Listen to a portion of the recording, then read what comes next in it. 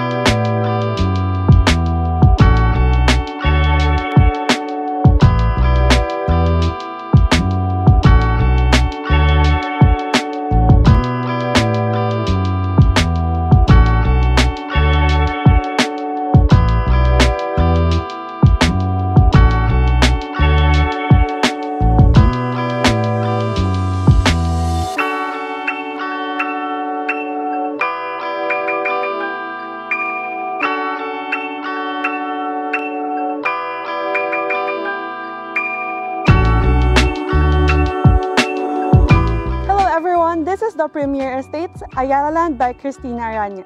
Sa mga starting family, investors na naghahanap ng rental business, or sa mga naghahanap ng retirement home in a very affordable price, Southdale Settings Nuvali is very perfect for you. Behind me is our amazing model house here in Southdale. But before ko kayo i-tour sa house, let me tour you around here in Nuvali para mapakita ko sa inyo ang updated development here in the area. We are now here at Calax, one of the easiest way papuntang Nuvali, lalo na if you're from Metro Manila.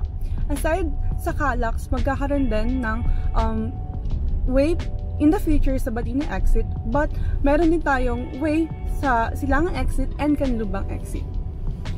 Before I tour you around in Nuvali, let's go to the SM Yulo para mapakita ko sa inyo ang mga updates.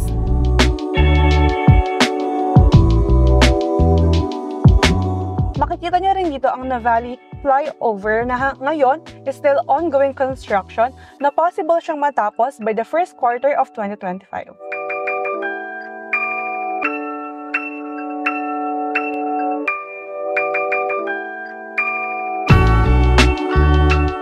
We are now here sa entrance ng Nuvali, but before that, let's go to the right side para maipakita ko sa inyo ang SM Yulo.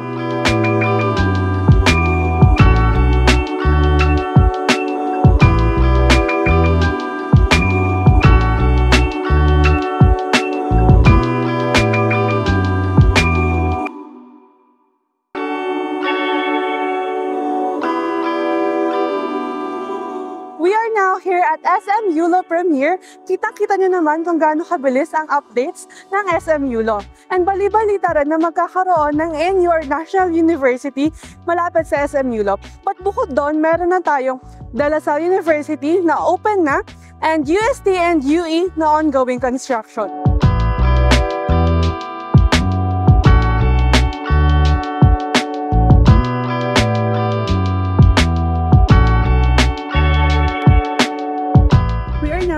Again sa entrance ng Nuvali. Nuvali is the largest development of Ayala Land in the Philippines. With a size of 2,500 hectares, it is twice the size of Makati and 10 times the size of BGC. Nuvali binubuo siya ng tatlong city, Santa Rosa, Calamba, and Cabuyao. And nahahati naman siya sa apat na segments, Nuvali North, Nuvali Central, Nuvali South, and Nuvali Heights. Now, we are here sa Nuvali North kung saan makikita nyo ang Soledad 1, 2, 3, and ongoing construction is Soledad 4. Dito rin natin makikita ang man-made lake and Seda Hotel. Also, the Techno Hub na ongoing ang construction, which is mag-open siya ng mga job opportunities. So, in the future, if meron kayong mga anak, hindi na nila kailangan pumunta sa Metro Manila para magtrabaho dahil meron na rin dito inside Nuvali. Makikita rin natin dito ang Museum of Architecture and Residences, and commercials like McDo, Jollibee, Coffee Bean Tea and Leaf na may view deck, and unique lawn na may sariling green park para habang nag-grocery sila mommy and daddy, yung mga kids nyo is pwedeng mag-play around the park. Makikita rin natin dito ang Healthway Kuala Med Hospital, East Block and North CBD, which is also commercial spaces na pwede na mag-open din ng mga job opportunities in the future.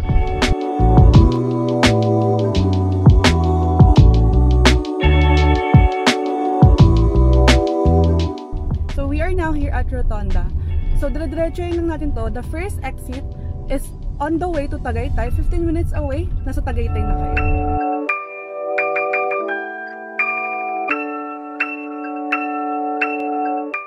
We are now here at Novales Central, kung saan makikita nyo ang Central Block. It is the next Alabang Town Center here in the South. Meron din tayong ditong Mary Mart and the shops. The shops, it is like the Camp John Hay sa Baguio, kung saan may mga restaurants. Aside from that, dito rin natin makikita ang Xavier School. And sa Lara Park Stories, it is Avida's condominium, mid-rise condominium. It is the first ever pet-friendly condominium of Avida in the Philippines. Makikita rin natin dito ang Amaya Series Valley. It is our premium and affordable townhouse that is also good for rental business and starting family. I will feature more of that on my next video.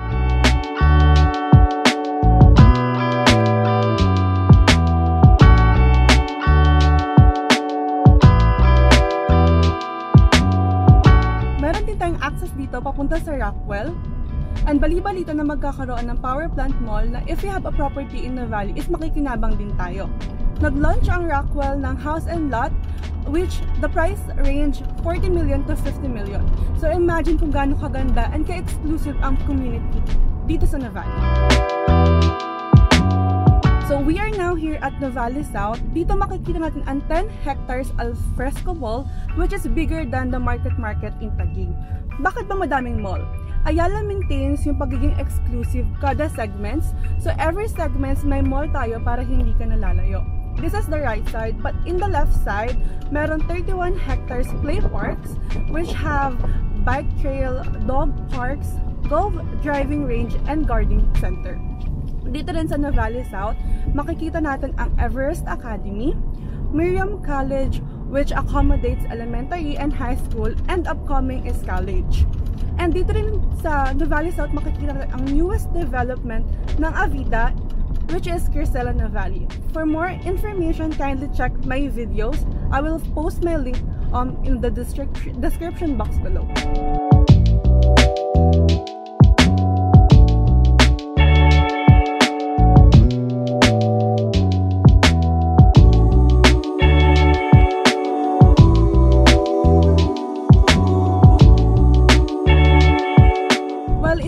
Heights naman, doon located yung mga commercial buildings and top-tier developments ni Ayala Land. Now we are here at the Forest Avenue. This is the road na exclusive lang sa mga residents ng Aberdeen Estates Nuvali and Southdale Settings Nuvali.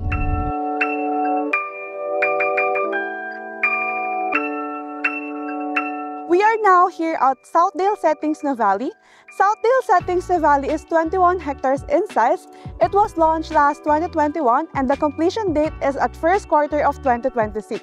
45% of Southdale is dedicated to open spaces and 60% for residential. Rolling terrain ang Southdale. Ang elevation is 172 to 202 above sea level. Our amenities is adult pool, kiddie pool, kids play area, basketball court, and clubhouse. Imagine the generous spaces here in Southdale. So this is our Macy model.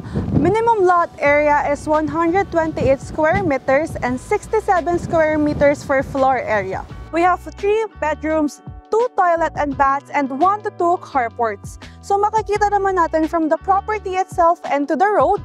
Meron pa tayong planting strip, so very safe and secured since hindi paglabas mo ng bahay is road kaagad. So tara, pasukin na natin yung bare unit. We are gated by our living area, so you can see na no partitions. This is called open planning or open layout. You can customize all you want. Also, you can see here na meron tayong mga big windows. It can add natural lightnings, so we can minimize the usage of electricity. So this is the actual deliverable of the property. This can be your living area, dining area, and you can see na meron pa tayong sliding door palabas sa lanay. So here, the sliding door can also add natural lightnings on the unit that can again minimize the usage of electricity. Here in the kitchen, this is the actual deliverable kasama na yung cabinet sa baba. We can also see here that we have a back door. Paglabas natin dito sa likod, makikita natin na meron ng partitions and water sources for your laundry area. we do have here GCFI outlets. Add ko lang na meron na rin tayong mga partition for the outlets dito para sa mga cable, internet, and for your TV here in your living room. Here in our bare unit, we can see that in our toilet and bath, lahat ng makikita mo dito is actual deliverables na with the tiles, heater, showers, and the sink. And meron pa tayong space under the stairs that it can be your mini working space para sa mga client na working from home. So tara, akitin natin yung taas. So here in the stairs, actual deliverables na rin yung paints. So makikita natin na dito sa hagdan, the paint is color white. Pag-akit natin, makikita natin na merong another window which adds more additional lighting in the house. And we will be greeted by our toilet and bath. Same lang sa first floor, what you see here is the actual deliverables with the sink, shower, heater, and the tiles. This is the bedroom 1. Bedroom 1 and bedroom 2 is sizes 6 to 7 square meters, and makikita nyo rin na meron tayong big windows here. Ang kagandahan naman sa mga single detached house is lahat ng bedroom is may windows. And this is our bedroom 2. So, may windows then and partitions for the aircon. Additional good to know information na lahat ng aircon dito sa taas is a window type aircon, and lahat ng windows ng aircon sa baba is a split type aircon. And this is our master's bedroom. Very open spaces, so you can customize all you want. Also, we have 2 big windows that can add additional lighting and minimize usage of electricity. So sa umaga, hindi mo na kailangan magbukas ng ilaw. So this is our dress-up unit para ma-visualize or idealize nyo kung paano i-customize ang bahay. Tara! This is the actual deliverables ng bahay. Yung mga stones nyo nakikita nyo, kasama na yan upon turnover. So tara, pasok tayo. This door is wooden door or solid door. Makikita natin dito sa dressed up unit kung paano nila kinostomize itong bahay.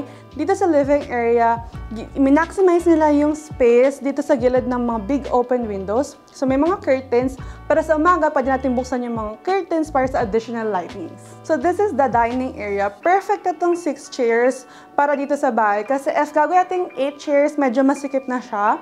And dito sa kitchen, ginawa nila na meron ng overhead cabinet, but then again, sa turnover, ang kasama lang is yung cabinet sa baba. So tara, ikutin ulit natin tong back door. So dito natin makikita yung provision again for water sources and GCFI outlet for the laundry area. And tara, tignan natin yung toilet and bath. So dito sa dress-up unit, makikita natin na nilagyan na nila ng provision ito shower to comfort room. Nilagyan na nila ng mga cabinets for the medicines.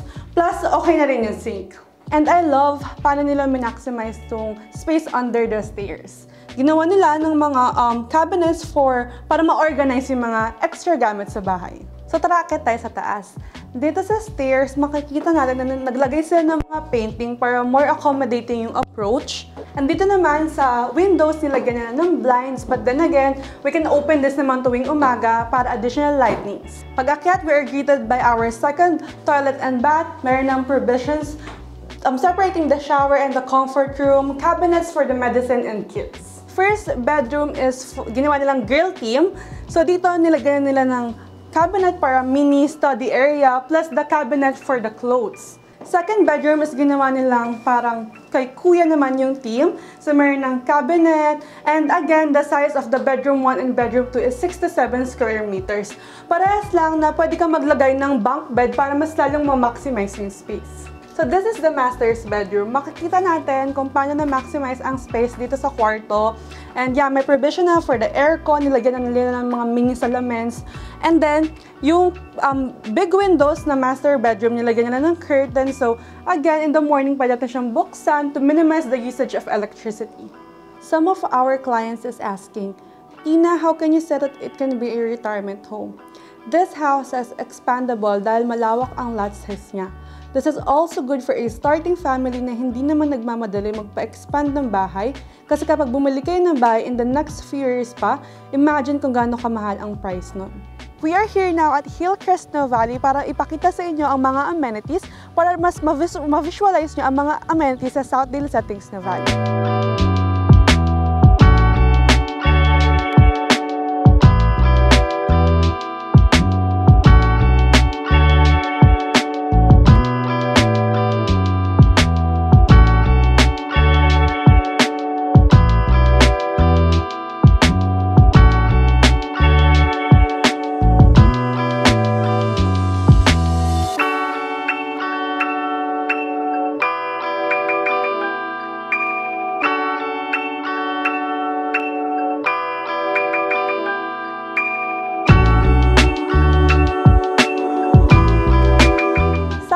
settings, Nuvali offers no down payment, 20% payable after 24 months.